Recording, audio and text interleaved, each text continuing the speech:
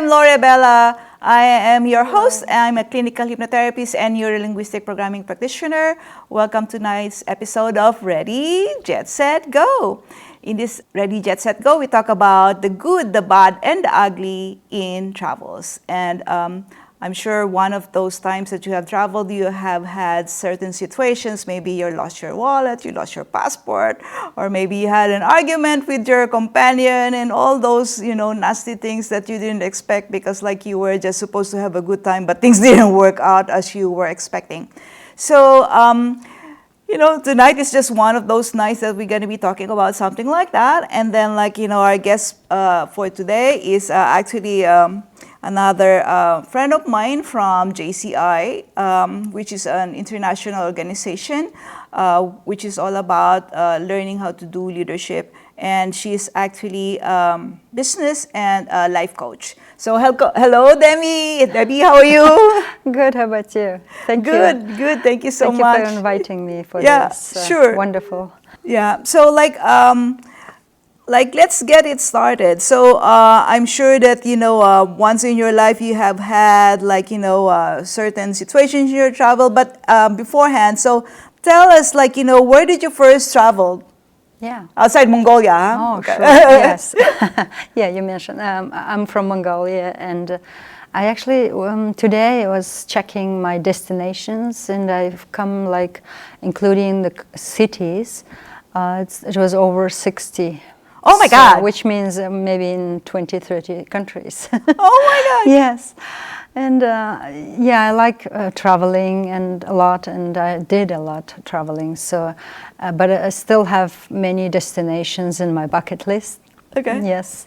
And my first travel was actually when I was a kid.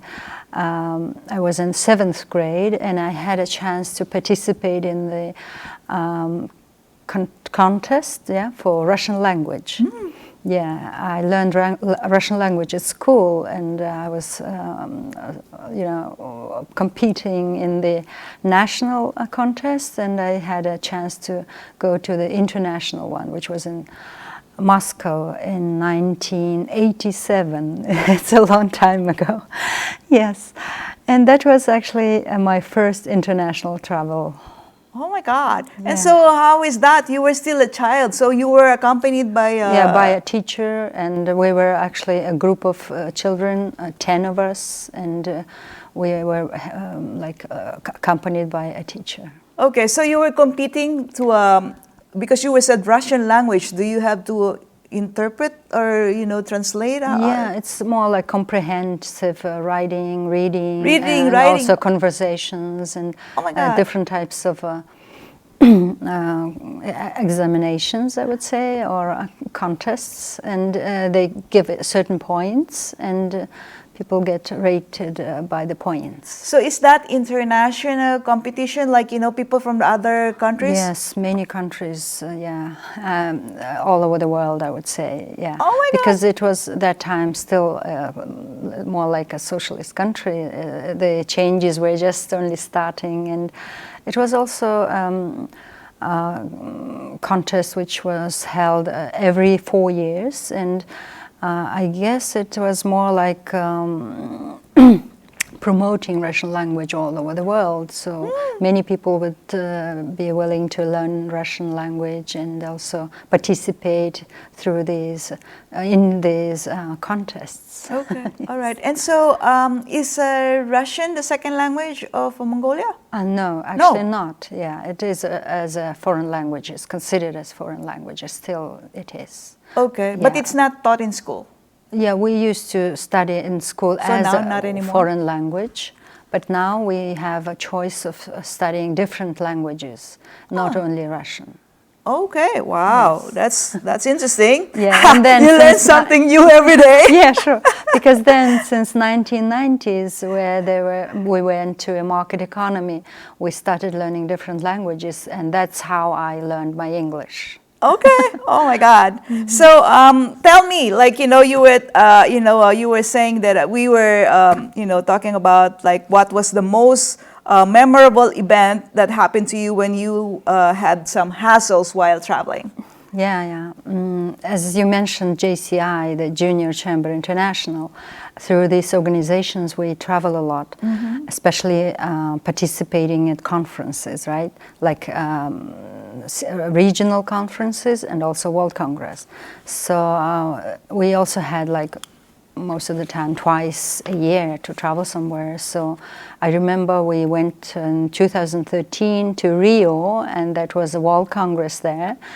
And we traveled, from Mongolia. We don't have much direct flights to certain destinations, and of course no flights to American continent yet. No direct flights, but they're still going to. So we had to fly first to Beijing, and then from Beijing to Germany, all the way to Frankfurt, and then from Frankfurt to Rio. So, and it happens that when we travel in groups, we were in a group of people, like 10 people in one group participating in the conference. And at that time, somebody was at the airport making a transfer and lost a passport. So we had to make a next connection, right? And we were in a hassle. We couldn't leave her because not many people would speak foreign languages also. And most of the time when I travel with a group of people, sometimes I had to become just a translator. So I had to deal with this, and we were trying to calm her and think where she was last time she's seen her passport and where she could have put it, and so on. And it appeared that just after the passport control, she was like packing things, and she left it on the couch there somewhere at the airport. So we had to go back and find it. So, but fortunately, we didn't miss the next flight. We had some time between the flights, the transfer hours. So we had, it's good that she remembered about the passport earlier. Otherwise, if we were already, boarding to the next plane, I guess we didn't have enough time to find her passport, right?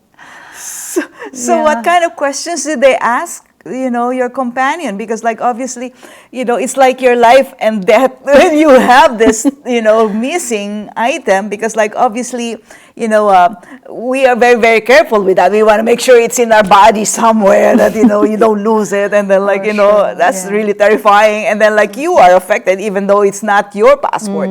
That's true. Yeah, because as I mentioned, we were just trying to go through, to walk through back into the memories. What had she done after the passport control, and where was she sitting, and what was she doing, and so on. And through that, we could go back and find the passport. And it's a good thing it's still there. Oh yeah, sure. Nobody has touched it. Yeah, that's what I mean. It was. It's good that she remembered as quickly as possible. Otherwise, it would have been gone. Yeah, because it's already 2013, and so during if it's recent, so. A stealing passport is very redundant everywhere. Sure. And so it's thank God that he was still there. Yeah. And so what you call it, moving forward, how do you actually take care of something like that for yourself? What have you learned from that situation? Sure. We usually carry small carry-on, bag, and it's better to keep everything, especially the passport and money on hand. Even though when you walk, even in the plane, if you walk into the restroom, it's better to carry everything with you, I would say. Yeah, that's what we learned. It's always be with you, on you. Yeah, unbelievable.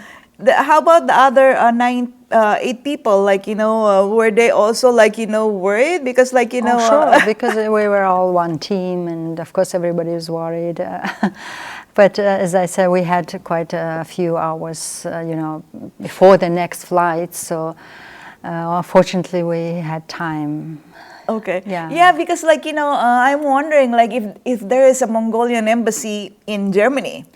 Oh, yeah. Because that's the first stop, you said, right? Beijing was first Beijing. stop. So like, Yeah. Beijing probably would Yes. have, like Yeah, it's not too we do far. have, But how sure. about in Germany? Do they have? Yeah, in Germany they do, but I don't think they have in Frankfurt, because we had a transfer in Frankfurt. They would have, I guess, in Berlin. Oh, The okay. All embassy. right. Yeah, because like, I cannot imagine how will it be just in case that, you have lost your passport. Of course, you have to, show proof of your citizenship somehow. Sure. And then you will be questioned a lot. And so like, Yeah, that will be a terrifying I'm process. not sure like what was your, Yeah. thinking process then, like how am I going to get, out of this situation? And then like you have more responsibility because you are the interpreter for them. And then like, did all of them didn't speak, any other Well, languages? some of them do, yeah, Okay. of course. Yeah, Oh my gosh. I know. And so, Well, that was very terrifying experience, but luckily we went through this. okay, all right. Yes. And then, I know that you have children. Do you also travel with your children? Yes, I do. Actually, I did quite a long trip, I would say, in 2012.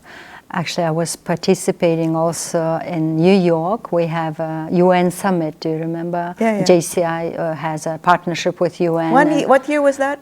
2012. Okay. Yeah. Okay. Every summer, actually. Yeah. Because I went to one, but not Yes. 2012. It was Normally much in more July. ahead of that. Yeah. Yeah. But I don't know how it is since after the COVID. But before COVID, it was always every year in July. Okay. So your child went. Yeah. Both of them? How many? I don't remember how many children. I you have three kids. Three children. So yes. like But I took two of them more because my girl was too young that year. I guess she was 6 years old. So she was left with my mother. So I took two of my sons, but still they were like 12 or 15, 16, 15-year-old. So Okay. was that 12 means, yeah.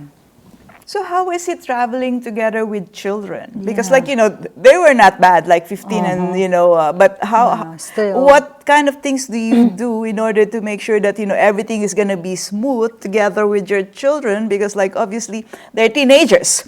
They're teenagers. They have their mind of their own. So like, how do you actually like prepare for something like that? Yeah, because we still had also a long hour travel. It's like we flew from Ulaanbaatar to Hong Kong, and actually I made it like that we stay one day and experience some of the place we stayed. Anyway, we had to fly through certain cities, so I arranged my travel like we stayed one day in Hong Kong. We did the city tour in Hong Kong, and then flew from Hong Kong to Dubai.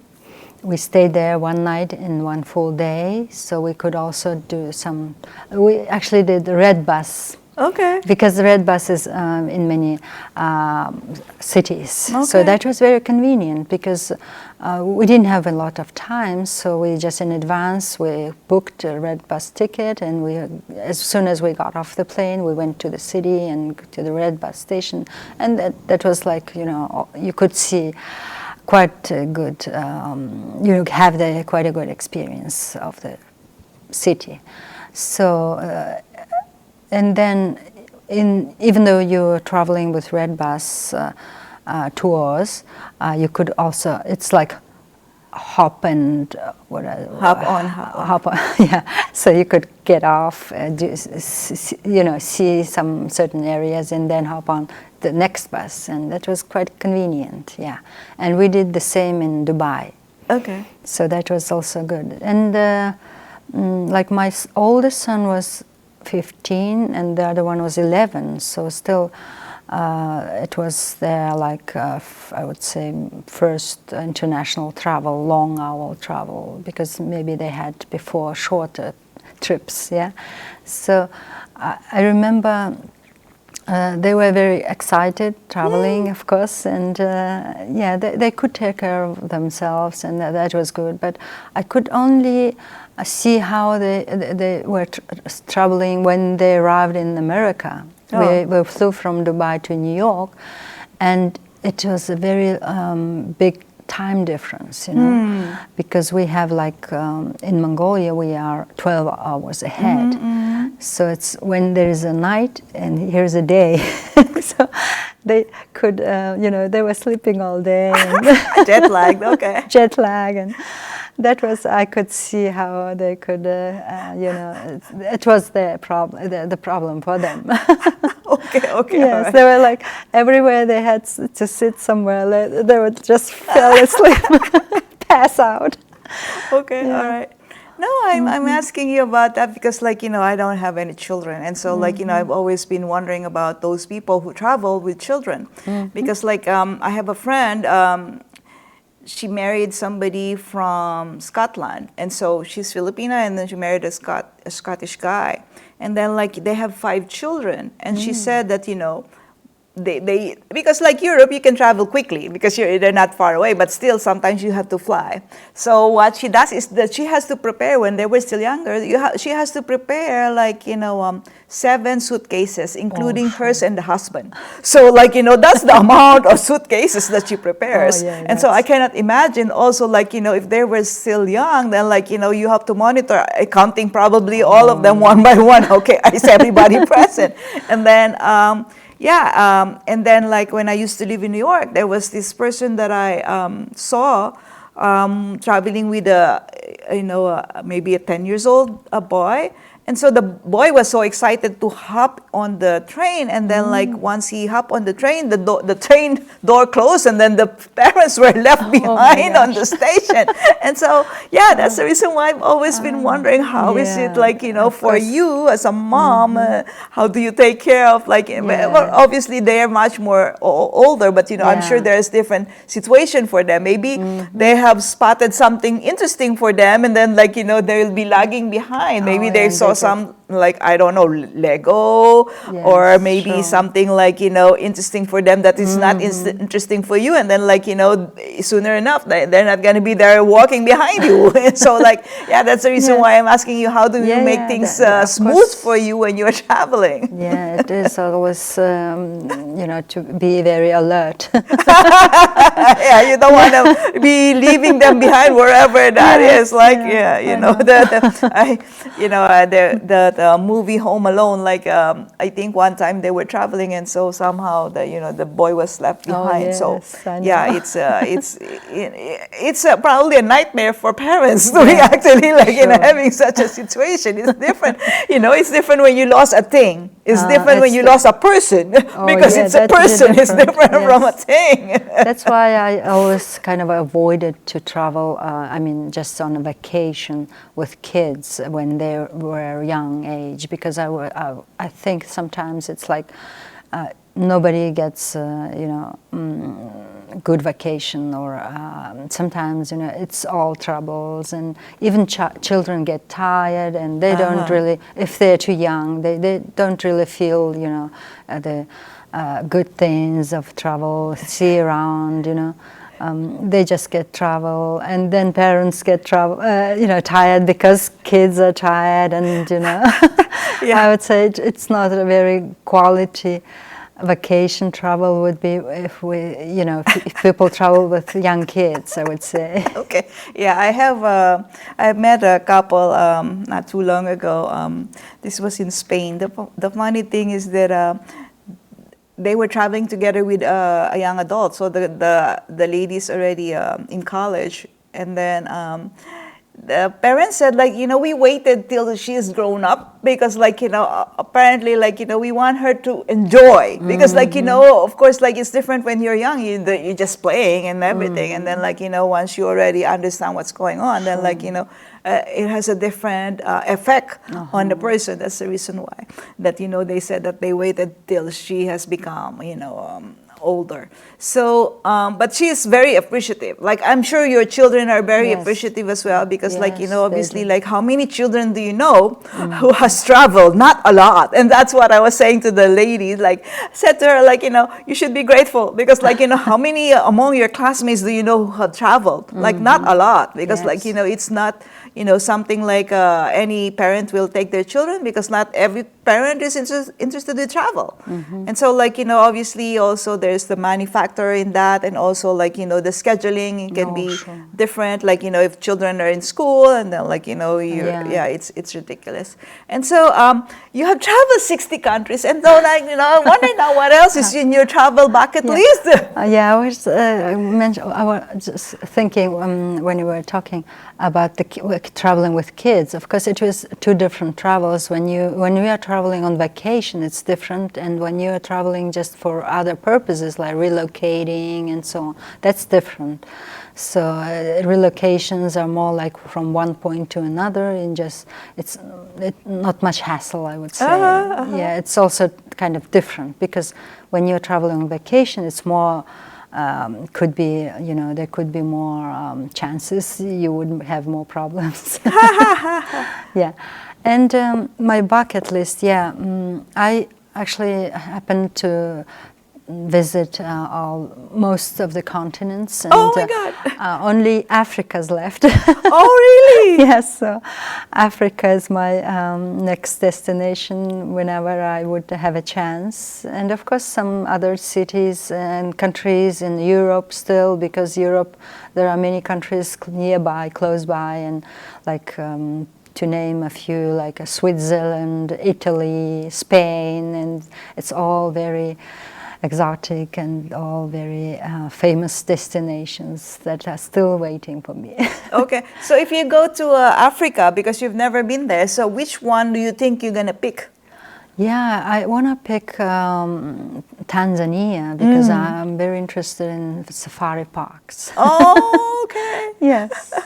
Yeah, because like, before, I have another Polish friend, and he likes to travel as well. And then I was always wondering how come he always goes back to Tanzania. And I was wondering what is so special about Tanzania. But, obviously you said that the first thing that came to your mouth is Tanzania. Now, wondering like, maybe we're missing something else over there. What's happening in that sure. area? Yeah, because like during the Memorial weekend, the holidays, actually I visited Chicago Zoo with my kids, and also it reminded me again, my will to travel again, to see in the wild those animals. All right, yeah. And I can imagine how exciting that would be.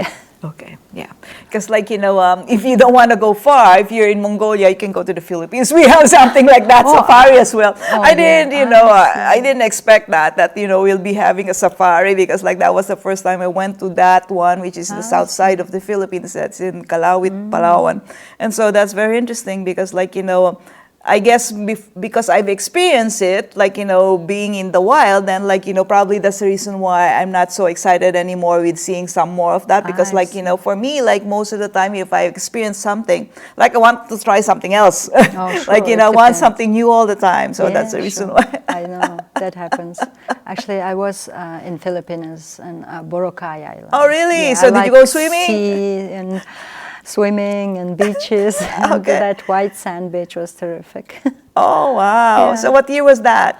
That was also 2012, just after Hong Kong ASPAC, Asia Pacific Conference. Yeah. Okay, yeah, because like, that's the beauty also of Asia. Like, you can go neighboring countries because they're not too far from each other, and they're cheap, actually. Sure. Just like, in Europe, like, you can be going to the next country, you just take a train. But over here, wherever you travel in the United States, you're still in the United States.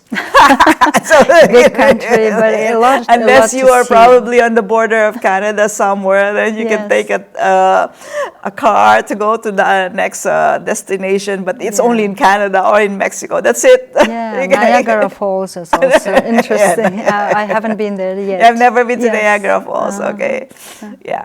Niagara Falls is interesting as well. If you like some gigantic, a natural resource, it's Yes. it's a good one as well. Yeah, That must be. yeah.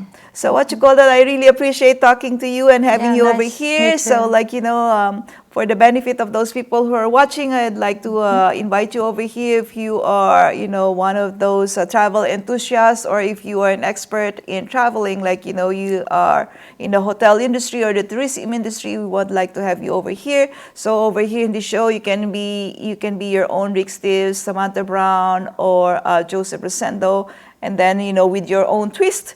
And so thank you again for your time. I really appreciate it, and you take care. Yeah, Okay, thank you. bye bye.